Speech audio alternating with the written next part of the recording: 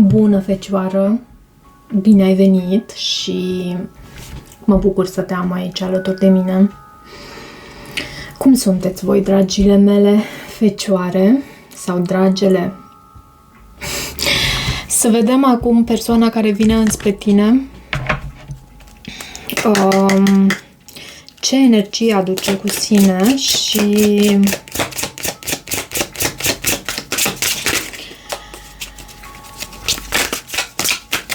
în următoarele 7-8 zile. Ce simte cu adevărat această persoană pentru Fecioară? Ce simte cu adevărat această persoană pentru Fecioară? Eu am să încerc să-mi dau energia, să dau un pas înapoi cu energia mea, pentru ca să pot să prind din energia voastră, în mod specific, a celor care urmăriți acest mesaj. Dreams, vise, visuri. Privește la visurile tale, ele păstrează în interiorul lor toate răspunsurile pe care tu le cauți.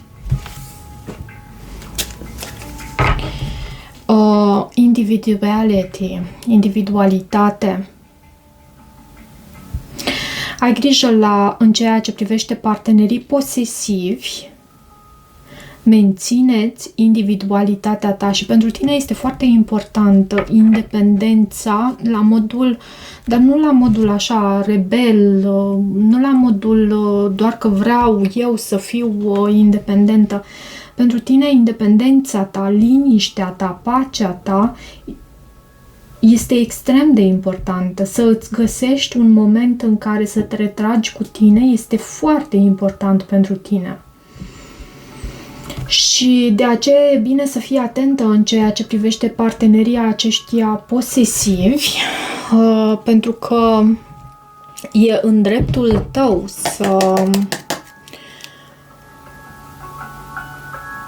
să ai parte de spațiul tău, de, cum se spune, de peștera ta, de locul tău, de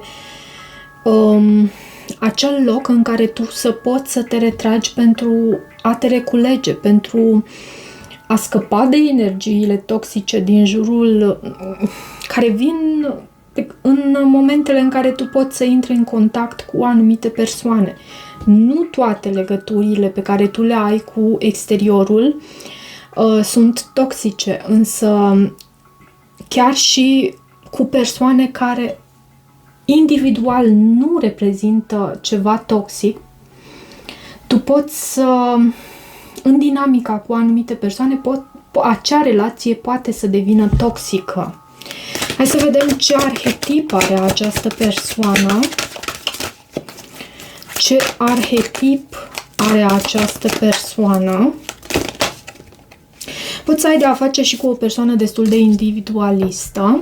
Scribul, văd aici. O persoană care are parte de cunoaștere și de informație, aș putea să spun cu acest scrib, prin mâna ei cumva a trecut foarte multă cunoaștere și informație. Poate chiar are, aș putea să spun, un job de genul acesta,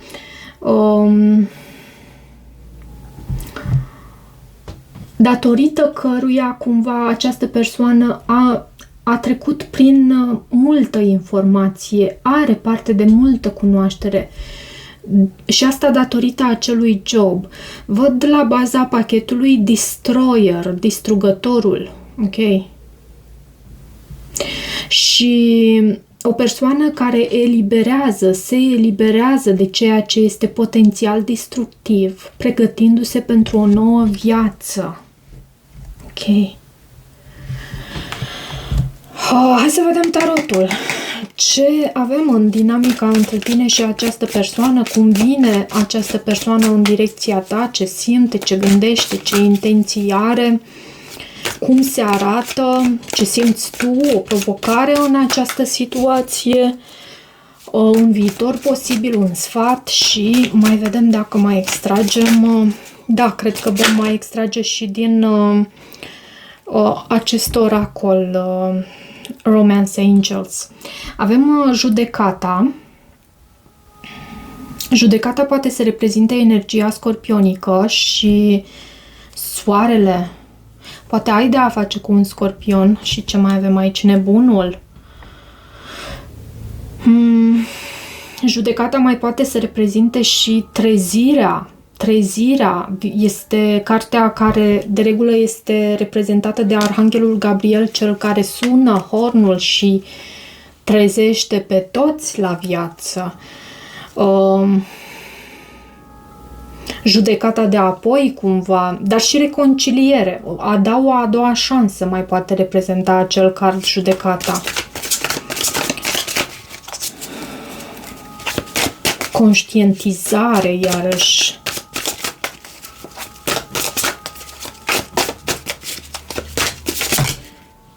Șase de bâte. Victorie. Reușită.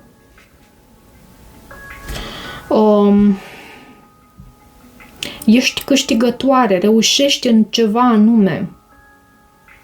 6 de bâte și asul de bâte. Poate ai primit o anumită inspirație care te-a dus, da, și ai pășit în necunoscut. Ușor nebunesc, dar e un risc pe care tu ți l-ai asumat într-un mod destul de calculat. Nu te văd eu pe tine să faci lucrurile într-un mod nebunesc și te-a dus la o anumită reușită cumva. Lumea. Online? Hai să vedem acum ce primim. Ce primim pentru dragele mele fecioare? Regele de spade. O persoană destul de rece așa și tăioasă cu cuvintele este acest rege de spade. Nebunul, poate ai de a face cu o persoană dintr-un semn de aer, un gemeni, o balanță sau un vărsător. O persoană care își dorește acest nou început cu tine și 9 de cupe și regina de spade. Avem acest cuplu și această potrivire între tine și cineva anume. Și regina de bâte. Dar simt aici că această regină de bâte, da, poate să reprezinte pentru unii dintre voi o altă persoană dintr-un semn de foc, dar cel mai mult simt că aceste două regine reprezintă laturi ale personalității tale și în ceea ce te privește pe tine s-au adunat aceste două regine. Luptătoare amândouă, aș putea să spun, una magnetică și cealaltă foarte independentă. Nu te pui cu această combinație. Hai să vedem. Ce simte cu adevărat această persoană? 9 de spade. Ce gândește regina de monede? Se gândește la tine. Regele de monede este în intențiile acestei persoane. Regina de cupe este în felul în care se arată această persoană. Foarte multe persoane. 3 de spade este în sentimentele tale aici. Provocarea o reprezintă 5 de cupe. Viitorul posibil 8 de monede. Și turnul este în sfatul pentru tine. Să lași acest turn să se dărâme, ceea ce nu își mai are rostul în viața ta să cadă, să te eliberezi de orice energie care te ține blocată, pentru că tu vei construi astfel pe baze mai solide. Îți vei forma baze mai solide. Acest turn reprezintă și intervenția divinității, e ca o binecuvântare deghizată, pentru că aici pe tine te văd suferind. Văd 3 de spade în ceea ce...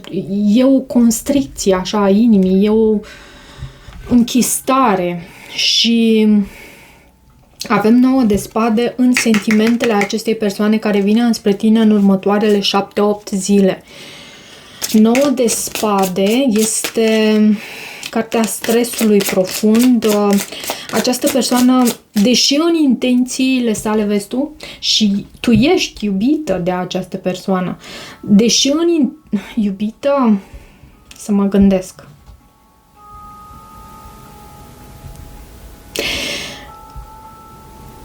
Nu este iubirea adevărată, este în ceea ce arată înspre tine, pentru că avem regina de cupe în felul în care se arată.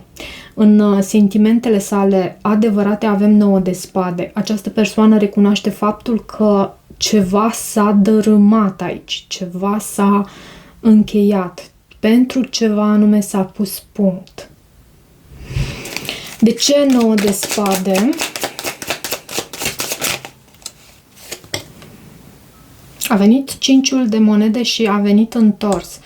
În intențiile acestei și diavolul, poți să ai de a face... Diavolul tot întors a venit. În intențiile sale, această persoană cumva vrea să... O persoană extrem de stresată în ceea ce te privește, să știi. Vrea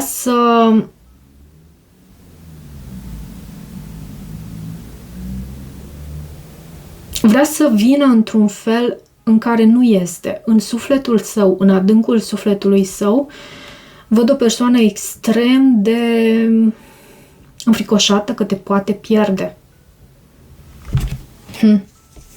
5 de cupe vorbește despre o dezamăgire profundă pe care această persoană ți-a provocat sau o dezamăgire profundă pe care tu o trăiești în această perioadă sau amândoi. E ceva și legat de trecut aici cu acest 5 de cupe. Ce este aici? Pajul de bâte. Și 2 de bâte la baza pachetului. Cred că tu ai comunicat această decizie deja. Așa simt să transmit. Cred că ai comunicat deja această decizie. Și anume că vrei ca acest turn să se dărâme, ca lucrurile, ca viața ta să o iei curat de la zero și tu cu tine. De ce regina de cupe în felul în care se arată această persoană? Regina de cupe, da, poate să reprezinte și un semn de apă, dar e o energie feminină foarte iubitoare. Cumva această persoană încearcă să vină, poate are anumiți prieteni prin care încearcă să te contacteze sau ceva de genul ăsta. 10 de cupe. Vine cu iubire, vine cu... Totul e flu-flu și totul e wow-wow. Și văd 8 de spade. Tot acest stres, precum că te-a pierdut. Nu știu dacă ceva a făcut sau ți-a făcut această persoană, dar e ceva aici care... Sau pentru care tu ai transmis că e gata, e punct, nu vei merge mai departe orice s-ar întâmpla. Și avem regina de monede și amintește-ți de asemenea că în citirile de tarot, cărțile nu îți transmit ceea ce tu vrei să afli, îți transmit ceea ce ai nevoie tu să afli. De ce regina de monede? Cavalerul de cupe. Ești în gândurile acestei persoane și ești ca o dorință împlinită pentru această persoană. Posibil să fii în energia ta feminină, o persoană extrem de realizată, aș putea să spun, în planul acesta 3D, o persoană care știe cum să zic eu, abundentă, da, și care știe ce înseamnă bunul gust.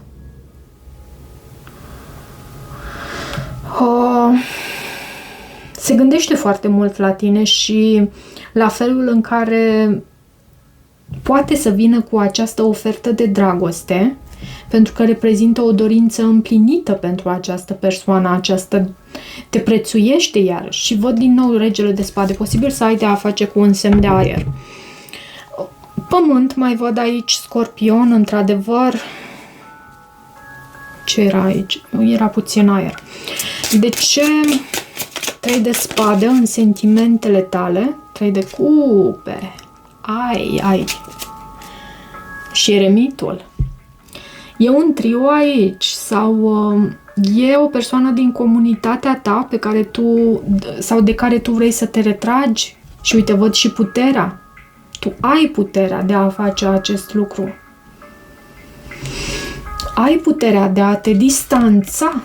Și e exact ceea ce urma să spun. Vezi cum mă susțin cărțile transmitându-mi acele cuvinte cheie. Regele de monede este în intențiile acestei persoane. Este cartea soțului, este cartea persoanei devotate, a acelui... Dar hai să văd, pentru că e posibil să fie și vorba de ceva luna.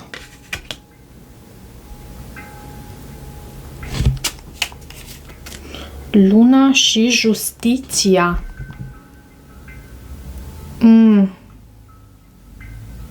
Și de ce luna? De ce luna? Împăratul.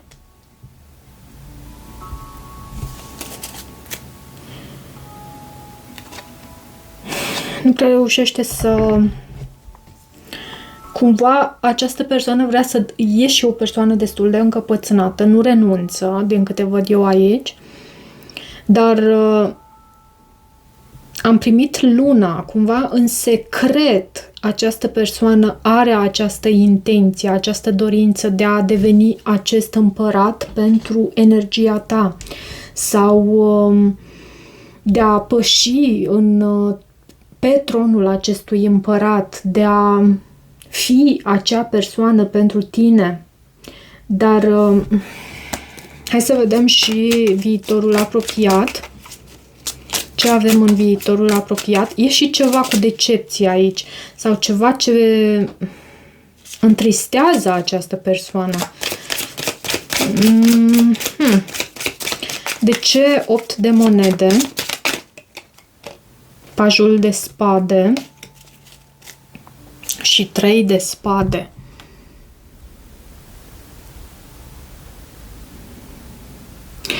Tu cred că te vei focusa foarte mult pe munca ta, pe ceea ce tu faci, dar văd pe cineva aici, în acest parteneriat,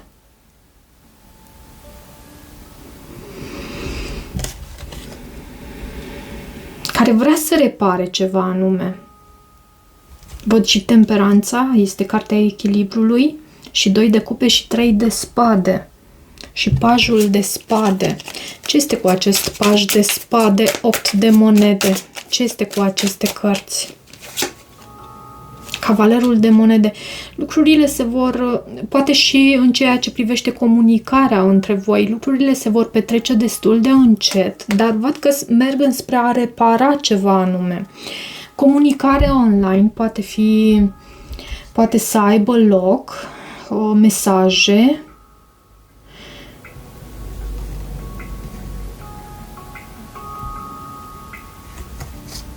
da, mesaje. Dar acest paj de spade este și o carte a comunicării până la urmă. Este un paj. Este și o carte care, da, poate fi și spionaj, dar cel mai mult simt aici că e ceva cu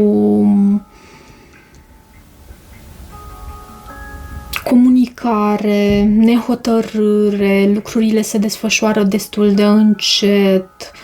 Această dorință de a repara ceva anume foarte greu se mișcă înspre înainte. Cam asta simt aici cu aceste cărți. De ce turnul în sfatul pentru tine? Să pui punct. Asta avem ca sfat. Da, 5 de spade. Da, să pui punct. Și 4 de monede. Să nu te deschizi.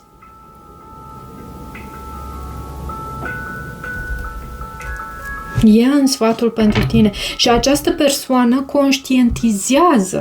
conștientizează că tu ai toate aceste resurse și faptul că îți asculți intuiția și conștientizează că nu prea are șanse, să știi. Hai să vedem în viitorul apropiat ce avem aici pentru Fecioară din acest oracol, Romance Angels. Conversații de la inimă la inimă. Discutați în mod onest sentimentele voastre unul pentru celălalt și iubește-te în primul rând pe tine. Nu uita de acest lucru, iubește-te în primul rând pe tine. Respectul tău de sine te face mult mai atractivă sau atractiv din punct de vedere romantic. Cam asta avem aici pentru această citire, dragilor. Sper că rezonează și sper că vă ajută. Vă mulțumesc mult pentru susținerea voastră și pentru faptul că îmi sunteți alături. Vă iubesc, vă apreciez și îmi dau seama că